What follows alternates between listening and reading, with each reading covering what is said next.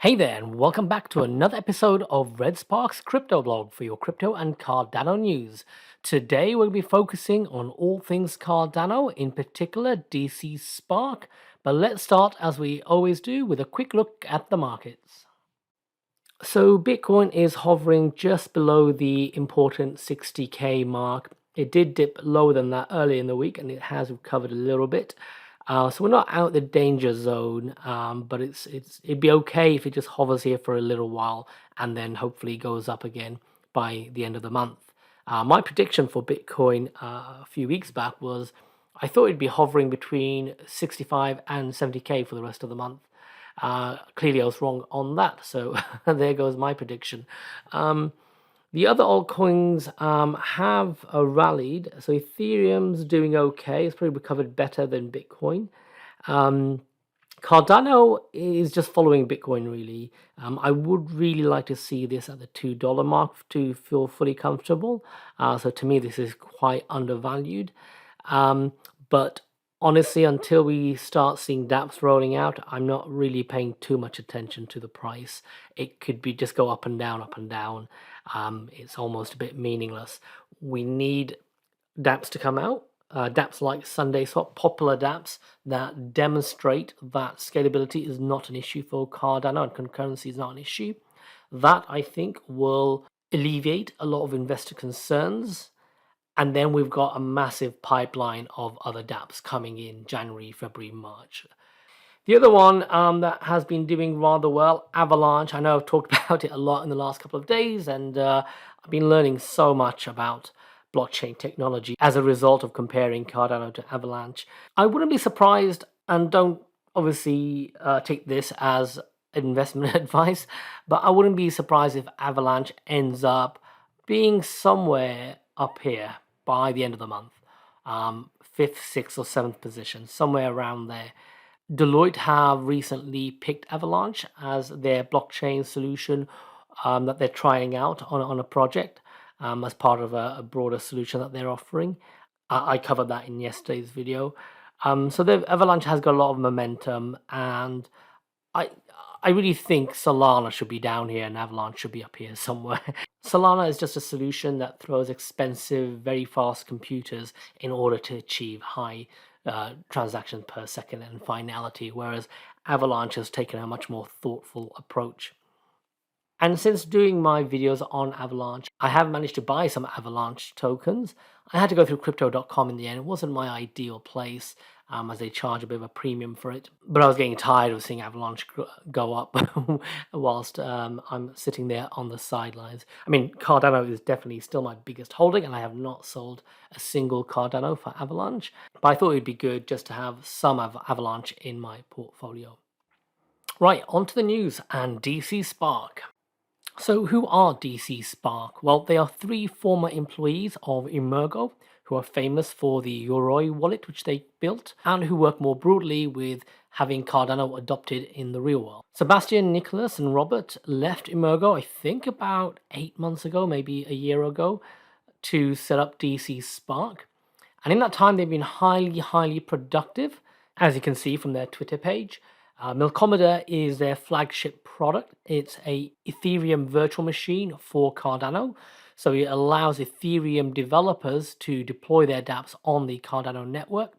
And we've already got one project, Paribus, who are going to do just that. So Milkometer is still in the testnet stages, but it's been progressing fast, and DC Spark are looking for partners now to test it out. So it's really good to see that that happening. Hopefully that goes well, because that could then open up the floodgates to lots of other Ethereum dApps migrating to the Cardano blockchain. The other thing that they've developed is a Dap Connector. This will allow dApps to communicate with wallets such as Yoroi. So this is a key piece of technology that developers have been asking about.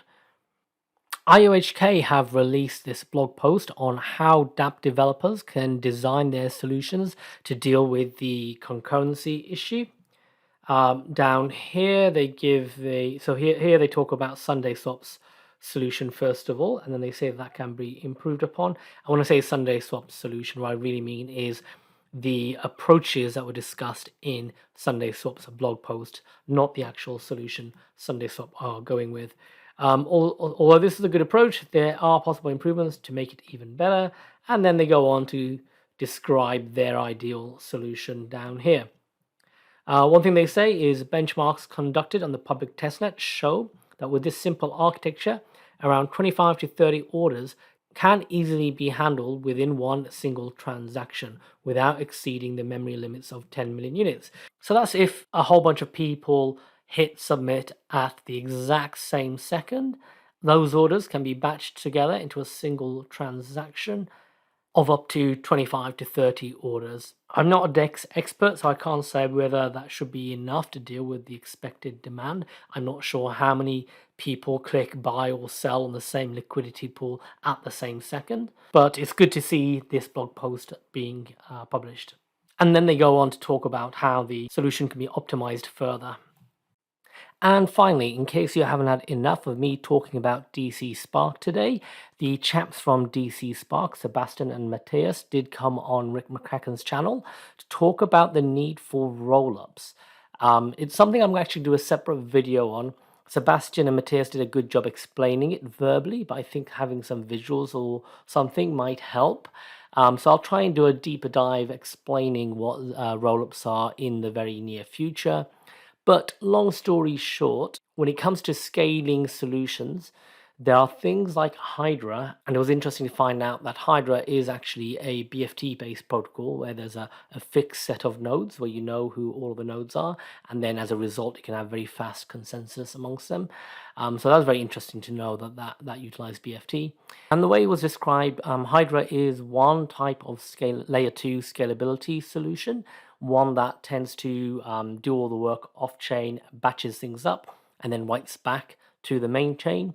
Whereas rollup is much more in tandem with the main chain. It's sort of running in parallel by the sounds of it. But as I said, it's something I'm going to do a deeper dive on in a future video once I've educated myself a bit better. Sebastian ended the video with a call for people to get involved with contributing ideas for how we can scale Cardano. It was quite a good end piece, and I think I'm just going to play it for you so you can listen in. Can do. Like I said, we could talk about for hours about all the different things we can do. There's a huge amount of things we can do, and I think Hydra is one thing that makes a lot of sense. I think rollups are a thing that makes a lot of sense, and there's a lot of other things we could spend hours talking about that I think makes a lot of sense. And at the end of the day, IOHK can't do everything. DC Spark can't do everything, and we need more people building scalability solutions for Cardano because there's so much that can be done in the blockchain space that we need everybody to come in and contribute. And so I think for Catalyst, I think it would make a lot of sense for people to start thinking about Catalyst proposals for scalability. And I think it'd be great if people who want to contribute to the scalability discussion of Cardano could, start getting involved, start pitching solutions. And, the Cardano protocol is now decentralized, and we have to kind of set the roadmap together. So I think that was a great way to end it from Sebastian, and a very good point made. We all do need to start helping with the development of Cardano. I say we, obviously it's going to require people with some developer skill set. But that being said, my plan is to check out Catalyst. It's something that was on my to-do list anyway. And now that Daedalus, so hopefully you've all upgraded to the latest Daedalus. Now that Daedalus is making it easier to vote on Catalyst proposals, I think I want to play a more active role in Catalyst than I have done. So I'm going to check out what's happening on Catalyst with regards to scalability, what ideas are out there, what feedback I can give, what ideas I can contribute, and so on. So that's it from me. If you like my content, please give me a thumbs up and consider subscribing. Thank you to my 19 viewers for my last video and my 31 viewers of my additional notes on Cardano scalability video, which, by the way, if you haven't seen, I highly recommend. It was a really interesting, well, from a nerdy point of view, it was a very interesting look at what the Cardano scalability solution might be. Other than that, I hope you all have a great day.